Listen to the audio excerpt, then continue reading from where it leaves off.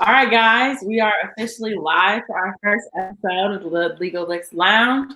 I'm the moderator, Maya, and I'm just going to make sure that everything goes nice and smooth. So, here with me today, we have Coach Parker, who is a lifelong basketball enthusiast. He knows any and everything. You want to do a brief intro, Coach Parker?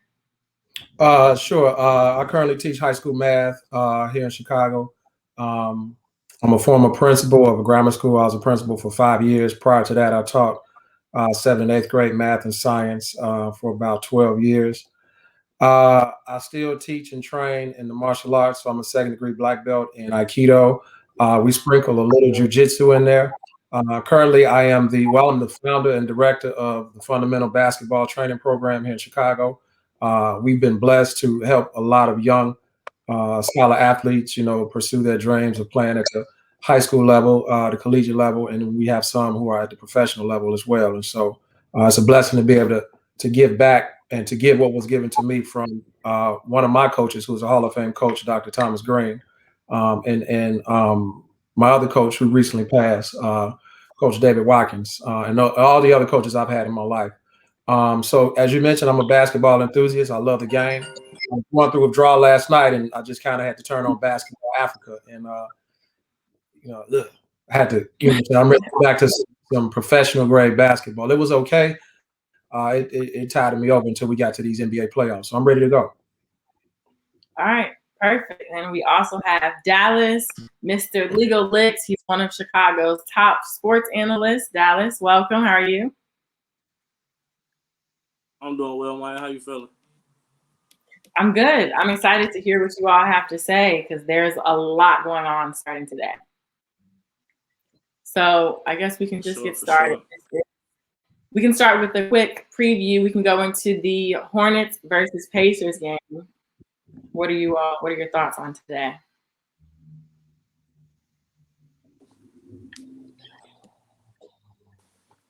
You want to start, Dallas? Oh, cool. Yeah, we got the Hornets and Lakers first. The game will be single elimination. So the team that loses actually will go home in that game. Hornets Pacers. Gonna be a pretty good game today. It's a lot of injuries. Pacers have multiple players out. So do the Hornets. So we're waiting to game time. Right now, it's just Miles Turner out, and LeVert actually has COVID, which is huge in that game. Brogdon's a game time decision, and so is a bonus. I believe those two players will tough it out, and they will be on the floor. So the Hornets are just going to be missing Gordon Hayward, and they just got the rest of their cast back. So we'll see.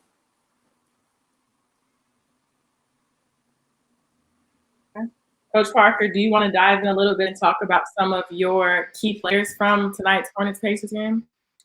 Yeah, the key players that I had before I read the injury report was Miles Bridges, because he's a rim protector, and obviously Karis LeVert, who is he can go get a bucket on anybody. So I kind of had to regroup and go back and to some notes. Right now, I'm gonna go with Mr. Double Double for Indiana, Sabonis. There's a key stat line on him that he's one of maybe 6 or 7 players that averages 20 points, over 20 points, over 10 rebounds per game. And most of the guys that he shares that company with are MVP candidates, like a Joker, Giannis Antetokounmpo, Joel Embiid, Julius Randle. So he's in a company of really effective basketball players. In fact, over his last 10 games, I went back to some stats. He's actually averaging a triple-double, and he's a very tough guard, being a left-handed post player. Obviously not that explosive, but explosiveness, as you get down into the post, it's not worth a whole lot. It's all about footwork. And as you can see, he has sound footwork. He has great finishing around the basket, and he's a pretty good spot-up mid-range shooter. So you just kind of watch his work. He can turn over the left shoulder. He can turn over the right shoulder. And as anybody that ever played the game of basketball, whether you're left-handed or right-handed as a defender, guarding someone that's left-handed is always a tough guard. Always a tough guard. Yeah. So you see him as a key, along with the point guard. If Brogdon can give it a go, he's a solid point guard. He's very level-headed. He's a throwback to me, and he reminds me of one of my favorite point guards, Andre Miller, in that he does plays the game at a moderate pace. He can push the ball in transition, but he's always in control. Very few turnovers. Solid 3-point shooter. Excellent free throw shooter, and excellent distributor of the ball. So I like Sabonis and Brogdon. Again, if Brogdon can give it a go, we don't know what his status is as of yet, but it's a game time decision. You notice Brogdon, and as we kind of get into it, for me, the Pacers is all about their half court offense, right? They're not a team that's going to blow you out with a lot of speed. So everything is about getting into their sets, getting into some high screen and rolls, looking to establish Sabonis in the post, and really going through those two players that I'm talking about, Malcolm Brogdon and Domantas Sabonis. Okay. What do you think about for the Hornets? Hornets, when I look at them, I kind of see a young team. It would start with Terry Rozier, who I consider to be kind of like a poor man's Russell Westbrook without the rebounding, without the highlights. But in terms of playing the game with a recklessness in terms of attacking all the time, and so I like Rozier leading this young team. When you talk about Rozier being a leader, and he's relatively young himself, you understand that you got a team that likes to get up and down. The key play I would look at is Miles Bridges, probably one of the best transition players that we have in the league. The last 10 games, it looks like he's averaging about 22 points a game. Not as many rebounds, but again, his stick, his impact is felt in transition. And so you can look and see that most of their stuff is going to be out in transition. I don't really put a whole lot of faith in their half-court offense, although I have to admit it, I really haven't been watching them, a whole lot this season. But again, when I say a young thing like them, I think, a team that likes to get out in transition, like to run, toss alley-oops, get up and down, shoot the threes, and try to make it an up-tempo game. Dallas, do you want to detail a little bit about what you're thinking? Yeah, with those two games, I think the key player for the Charlotte Hornets will be PJ Washington tonight. Charlotte's been playing PJ at the 5 and been going small, and I think they'll do the same thing tonight going against Indiana. Because Sabonis isn't really that tall, even though he's a bruiser on the inside. He's only about really 6'9". They give him 6'10", 6'11", but he's really 6'9". And PJ Washington will be able to stretch the floor for the Hornets, making it tough on Indiana. That's also why I think the game will be a fast-paced game. And PJ is a tough guy. You see, he's shooting 3 from the corner here. So Charlotte kind of plays like a 5-out type of offense with a lot of handoffs and a lot of assists. Just due to them all being a young team and they're real. They have really good chemistry with each other because no show they just go with the flow of the game. I think a good game because he also has guard. Starting to freeze a little bit. You got a little frozen. Can you hear me, Maya? Yeah, he started to freeze a little bit. But I think while we wait, you want to start to talk a little bit about the Wizards Celtics preview for that game tonight? Yeah, I just want to touch on what Dallas was talking about and PJ Washington. As you can see, he's a pick and pop guy. And in their offense, they don't really have in my opinion, they don't have a legitimate post presence. And so, once we get into the playoffs, you got to be able to get some buckets inside, be able to get to the line, be able to put the pressure on the defense, particularly in the late game situations where you get people in foul trouble. But yeah, I like what Dallas was saying, and I actually like PJ Washington as a pick and pop guy. He's also a big that can run the floor, and you mentioned he can stretch the floor. Exactly. And then for Indiana, my key player is, again, piggyback off of Coach Parker, Malcolm Brogdon. I feel like Brogdon is just going to be the key to that game because, like he said, he's just a solid point guard, no mistakes, always been playing in a good system, and he's going to just take what the game gives him. And also, I like that he's one of the bigger guards. He's strong. Brogdon's strong. He gets to the free throw line, shoots good from the 3, shoots free throws really well, can finish at the rim. but the fact he doesn't really turn the ball over is going to be the key to the game. Him playing tonight, he'll be able to post up the Rozier, be able to finish over Rozier and Graham and all those small Charlotte guards at the rim. So Brogdon being back tonight is huge, and just he's always going to make the right decisions, like having another coach on the floor. Yeah, I think this is if I correct me if I'm wrong, Dallas, this will be his first game back in what, a couple weeks now. He had a hamstring injury. Yeah, since April 29th, he injured his hamstring in the first quarter. Yep, hamstring in the first quarter, April 29th. Yep, he's back tonight though. It's been a little over 2 weeks. If he doesn't come back tonight, because he's a game. Yep, he's a game time decision tonight. If he happens not to play, I like T.J. McConnell at point guard. He's like Iron Man, you know. Whenever he's out on the floor, he's gonna give you 100%, 24/7. You're gonna press your point guard. You're gonna just be a nuisance on offense and defense. It's like seems like the man always just make the right decision with his hustle and his heart. Key things for the. What's the key things for the games? What's your keys for the game, Coach Parker? What you think? 3 things that have to happen in order for the winning team. Yeah, I'll start with Indiana. I think they got to establish their half-court offense, and they got to go through Sabonis. You know, as I mentioned earlier, he's a double-double guy, and he's consistent. So this is not a fluke. This is not, you know, he's having a good year. This is the same thing that he's been doing year after year. In fact, you know, I believe this is his second year being an All-Star, and I want to say the second year that he's averaged 20 and 10.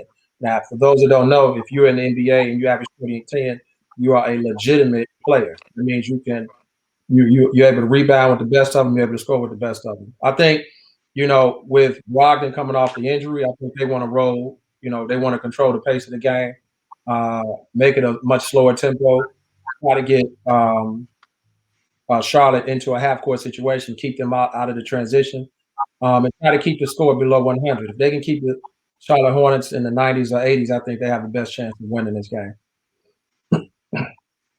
Okay. So, Dallas, you my 3 keys to the game.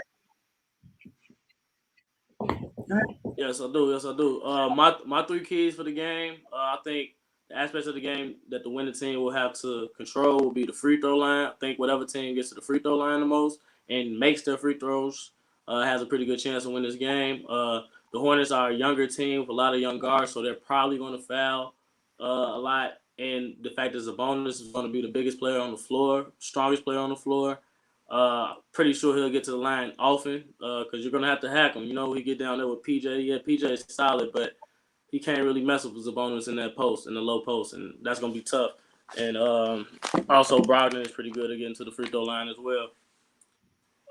Second key to the game, I think, will be transition defense. The Hornets want to run the floor. The Pacers want to run the floor now that they don't play Miles Turner. Both teams want to run. Whichever team can get back in transition and not turn the ball over, whichever team turns the ball over the least and get back in transition, should win the game. Both teams want to run. Both teams are full with guards and play a smaller big. There's not really a big in this game tonight. Sabonis just happened to be a good post player, but he's not really big. So they're going to get up and down, and he pushes the floor a lot. So I think those will be the keys to the game. Transition defense, free throws, and turnover battle. So in reference to your final predictions, who do you have taking the W? And for me, it's a coin toss. You know, I would have favored Indiana more in this game if they would have had all of their players, particularly LeVert and Miles Turner. I still got to go with Indiana. I just think right now, I don't think Charlotte is going to have an answer for Sabonis. But again, for me, it's a toss-up. It all, I think it's all going to be determined by the pace of the game. And so I don't really have a favorite in this game. But if I have to choose a team, I would have to go with Indiana. I think they got more playoff experience. I think they got players that, you know, kind of understand what the time is, the time and the essence of the season is. And, you know, I think they're probably, I would give them the edge in terms of experience. They're a little older team, so they kind of know, hey, you know, we need to take a foul. We need to slow it up. We need to regroup. We need to call a timeout. We need to stay focused. Everybody need to kind of, as we say in the basketball world, we need to lock in. I'm not so sure about Charlotte being able to lock in as a playoff team. Mr. Legal Licks, Dallas, what you think? I'll say one more thing, and this was very key. They're missing what I consider to be their leader of the team, which is Gordon Hayward. And so, without your bona fide leader, someone that settles the team, I think they could run amok. They could just, the wheels could fall off early for Charlotte. But again, for me, it's a toss up because they don't have that rim protector in Miles Bridges. In Miles Turner. They don't have a legit go get a bucket anytime, anywhere, on anybody in Caris LeVert.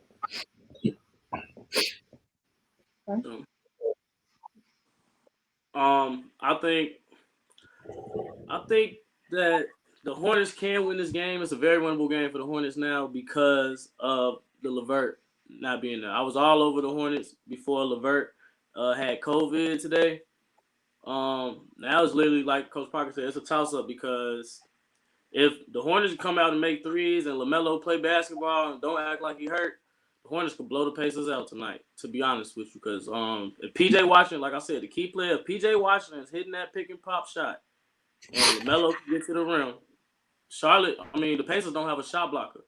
All them young cats for the Hornets finish at the rim really well. Malik Monk finishes at the rim well. Rozier finishes at the rim well. Bridges finishes at the rim well. Washington finishes at the rim well. Them people can make a couple shots, and, man, Sabonis getting any type of foul trouble, Indiana is done. If I had to pick a side on the game, I wouldn't. I would just pick the game going over. I think it's going to be a high-scoring game. It's over 224. I think it's a low number. Indiana wants to run. Charlotte wants to run. I think it's going to go to the moon tonight. So I wouldn't pick a side. If I had to lean a side, it would be Charlotte just because I feel like they have the better talent. But like Coach Parker said, Indiana has more experience. So it's your crazy battle of does talent outweigh experience or experience outweighs the talent. So it can go either way tonight. Okay, so since there is another game that's coming on tonight, it is the Wizards versus Celtics. I think we should dive a little bit into that. We can just start, I guess, who do you all think are your key players for that game tonight?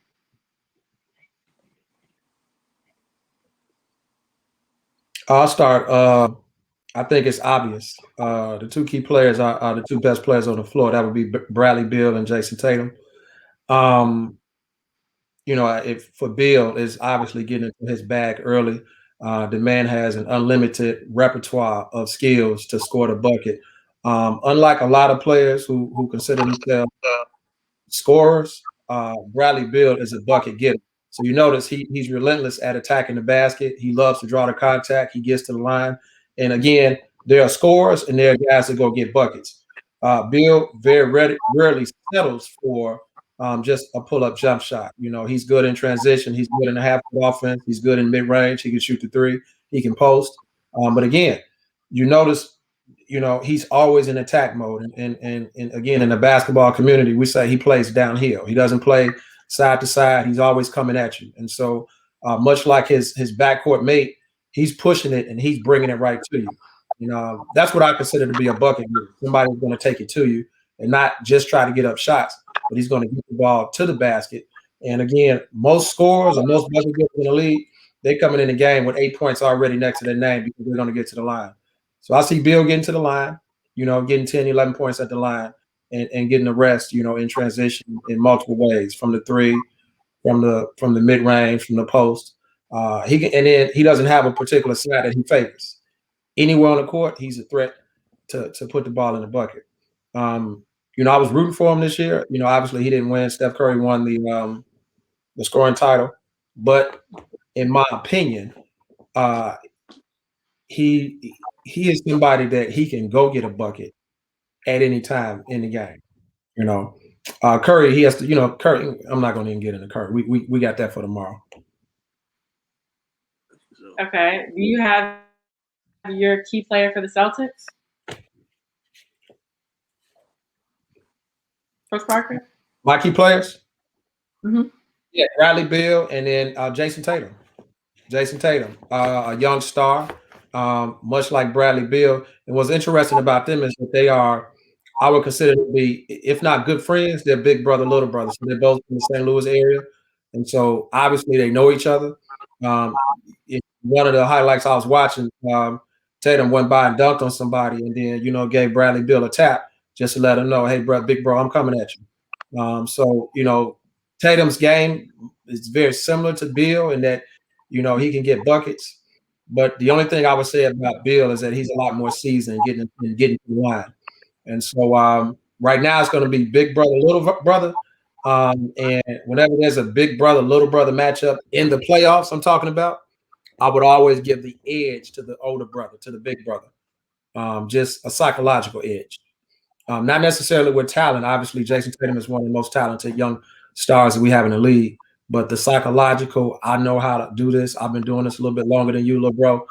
And the psychological edge when it comes to referees getting a call that you may not get, that little brother may not get, just a look, a side swipe, a nudge at the ref. Come on, so I give a slight edge to Bradley Beal in this matchup. But those are my two key players. Okay. Dallas, if you want to switch over, start with your Wizards key player. Okay. I like Hachimura for the Wizards as being the key player. A lot of people will say just the Westbrook. That's a given. Westbrook gonna come play every single night. Mm-hmm. The winner of this game is gonna be who the third leg will be. And Hachimura, the third leg for the Wizards. He's gonna have to guard Tatum on the defensive end. He has the size and the length to be able to match up with Tatum. They're kind of pretty much the same size and length, so he can match up with him defensively. Hopefully, he can give him some problems for the Wizards.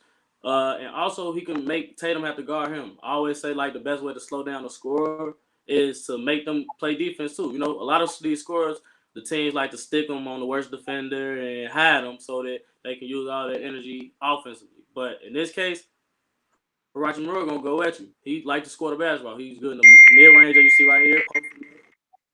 There, and he's also good off the dribble, and he can spot up, catch and shoot. And playing with Russell Westbrook, you can catch and shoot. You're gonna get a lot of wide open shots. So I think if he can knock down shots tonight and slow Tatum down slightly, just make it tough on him, just be there, put a hand up, make him shoot all contested shots. Like they always just say about Kobe Bryant, if you can make Kobe take 25 shots to get 25 points, that's a good night.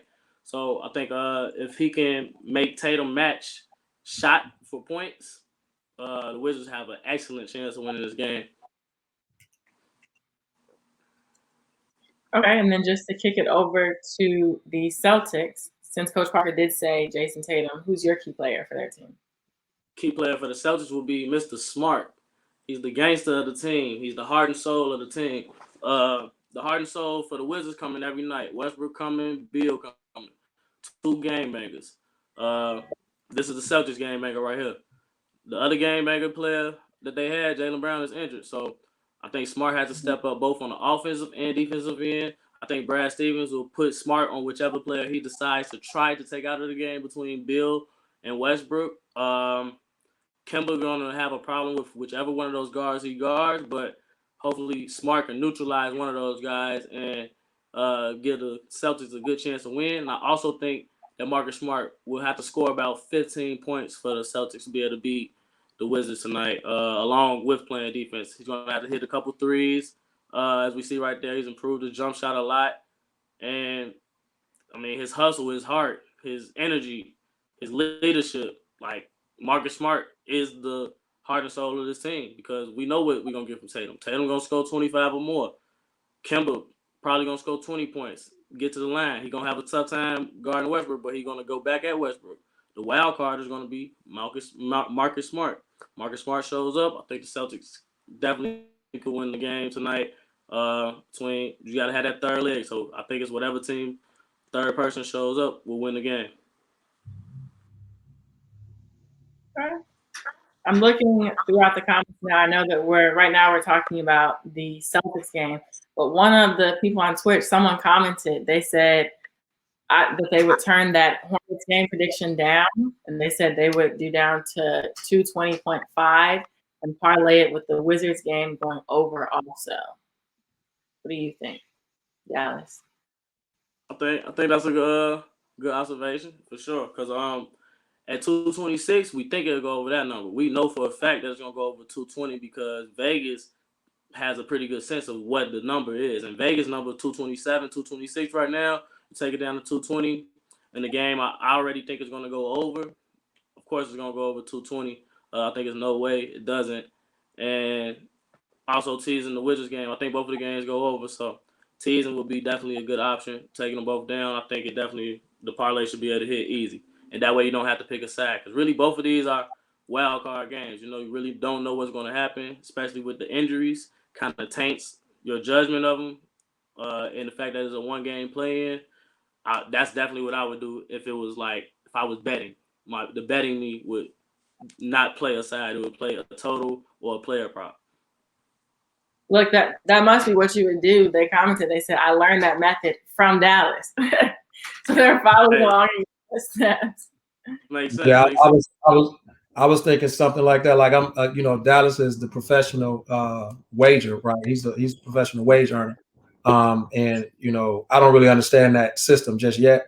I typically like to call the winner. So for me, I think Washington has an edge. When you look at both teams, like I look at Boston, right? Boston has been on the slide. So they kind of slid into this one game play-in, which means I want to say they lost maybe 7 of the last 10 games. And while Boston has been sliding, Washington has been rising. Washington fought their way to get to this point. And so I feel like Washington feels pretty good about playing tonight because they can very well be sitting at home and watching the Bulls play Boston, and Boston being favored in that game. And so I feel like Washington is feeling really good. They feel like they overachieved. They made it to the playoffs. I mean, when was the last time we saw Washington Wizards in the playoffs, right? When was the last time we got a chance to see Bradley Beal, get into his bag and cook, for something that actually meant something instead of going for 50 points, in midseason. And so, I get an edge to Washington.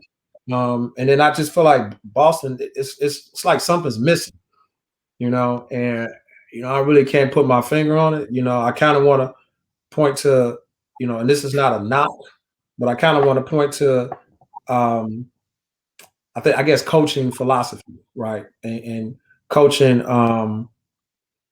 the relationships. I would say coaching demeanors, like typically, and I was talking to Dallas about this earlier. I watched the coach. I love him as a coach. Brad Stevens is an excellent coach, excellent X's and O's coach. But when it comes down to the playoffs, sometimes it's not about X's and O's. And one of the greatest coaches that I consider in this league was Chuck Daly. I mean, he could get into a huddle and he could throw the goddamn clipboard away and say, we got to beat each other. We have to, everybody kill your man, right? Don't let your man beat you, right? We're coming with help, but in your mind, you don't let your man beat you. So he had his team, seemed like he gave his team the edge and gave them a psychological edge over their opponents and saying, hey, we're either going to beat you or we're going to beat you up. That's it. And so in playoff basketball, that has to be the mentality. And I think right now, you have a player like Russell Westbrook, you have a coach like Scott Brooks who's been here. And he definitely, even though he's small in stature, he's large in his mentality of attacking. And so I watched Scotty Brooks coach, and I've seen him get into his players. I've seen him charge his players up. I've seen him, just about, throw a clipboard down and say, hey, it ain't about X's and O's, it's about heart. And right now I feel like Boston is missing that. I mean, you got Marcus Smart, but he can't carry it by himself. Sure. Okay, so I think the one amazing part of the Legal Licks Lounge is that within each show, we're going to give out a free pick. So Dallas, do you want to know what your free pick of the day is? My free pick of the day will be women's basketball, the Phoenix Mercury. Phoenix Mercury play tonight, Diana Taurasi, and they play against the Washington Mystics. The Washington Mystics still do not have the MVP of the WNBA, Elena Delle Donne. The line is like -150, so the Mercury are only like a 2-point favorite, and that line is a joke. Tina Charles is now on the Washington Mystics. Yes, that's a new addition, but the Mercury have Brittany Griner, Diana Taurasi, Skylar Diggins.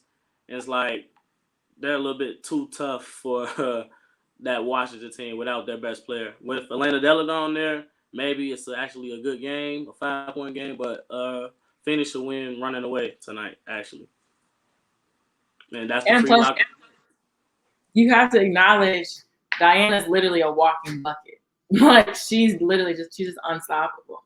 Yeah, she's the Ray Allen of women's basketball. You know, when she shoots it, everybody's like, you know, you can put your hands up. That's 3. That's going in. All right, guys. Do we have any other final comments as we wrap up our first episode? We got 15 minutes to tip off, right? Yep. The key for me for any team is the team that is almost like that's more intense, that wants the most, is a team that's going to win, because they're going to do the small things and make the big difference. They're going to dive in the loose balls. They're going to take the foul. You know, they'll jaw back at, you know, their opponent. You know, they're not going to make it about friendships. And so, and I feel like in each case right now, I feel like Washington to be that team for whatever reason. I like Marcus Smart, and Dallas mentioned that Marcus Smart is a gangster on the court. But to date, I have yet to see anybody back Russell Westbrook down. You know what I'm saying? Like I've yet to see anybody, and maybe I don't know what Russell brings to the game with him, but whatever he bringing, nobody has yet to challenge him to say, man, F you, Russ. Everybody like, all right, that's Russ. We're gonna leave him alone. You know what I'm saying? We're not gonna jaw back, because one or two things gonna happen. Jawing back at him is only gonna amp him up more, or there's something in everybody's mind to say, man, that Negro crazy. I ain't messing with him, right? I've seen guys go back at Marcus Smart. I've seen guys get into his chest, but I've yet to see somebody, with the exception of Kevin Durant. And the thing about them is, like, they was like best friends at one point. So that's a heated conversation between friends. I had that with my boy, you know, and they, you know, Russ like, I'm coming at you, bro. I'm coming. But Kevin Durant's the last person I've seen jaw back at Russ. So I just feel like Russ has this intimidation factor on the entire league that people just don't test. For sure. Last thing I would probably say, in order for Washington to win, Westbrook got to have a triple-double. So if y'all want to play Washington, play Westbrook triple-double, because them Boston bigs softer than Westbrook for sure. So you're going to get 10 rebounds. You're going to get 10 assists. You're going to score the points. So it'll just be up to Washington win. So that's a good prop if you want to play Washington to win. You can say Westbrook get a triple-double, Washington win, get you some plus money on that. Or for the Indiana game, I think Sabonis has to have a triple-double for Indiana to beat them. For Indiana to win, Sabonis has to have a triple-double or down there close to it, like 1 assist off or 1 rebound off. That doesn't happen. Indiana doesn't have a damn chance tonight. And, so to that, Sabonis is averaging a triple-double in his last 10 games. You know, I got that stat. You know, it's something like 22 points, 14 rebounds, 11 assists. And obviously, when you have Brogdon out, you got you know, other people out there.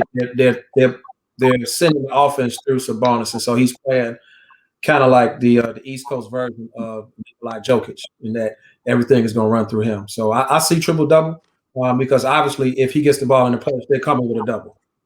They have to come with a double because no one else is really a legitimate threat, you know, to get a bucket, you know, consistently. Yep. And then the other prop I like for the Indiana game is Justin Holiday to score 10. I think Justin will show up in the game. There's going to be running up and down. It's a lot of points to be scored. Justin going to be the wild card to get the 10 points. It's like minus 180 on the betting. So I think that's something good for parlays as well. So I'm looking throughout our Twitch conversation through the different comments. A lot of people are going back and forth talking about LeVert, whether or not the Pacers would struggle with him. What do you think about that?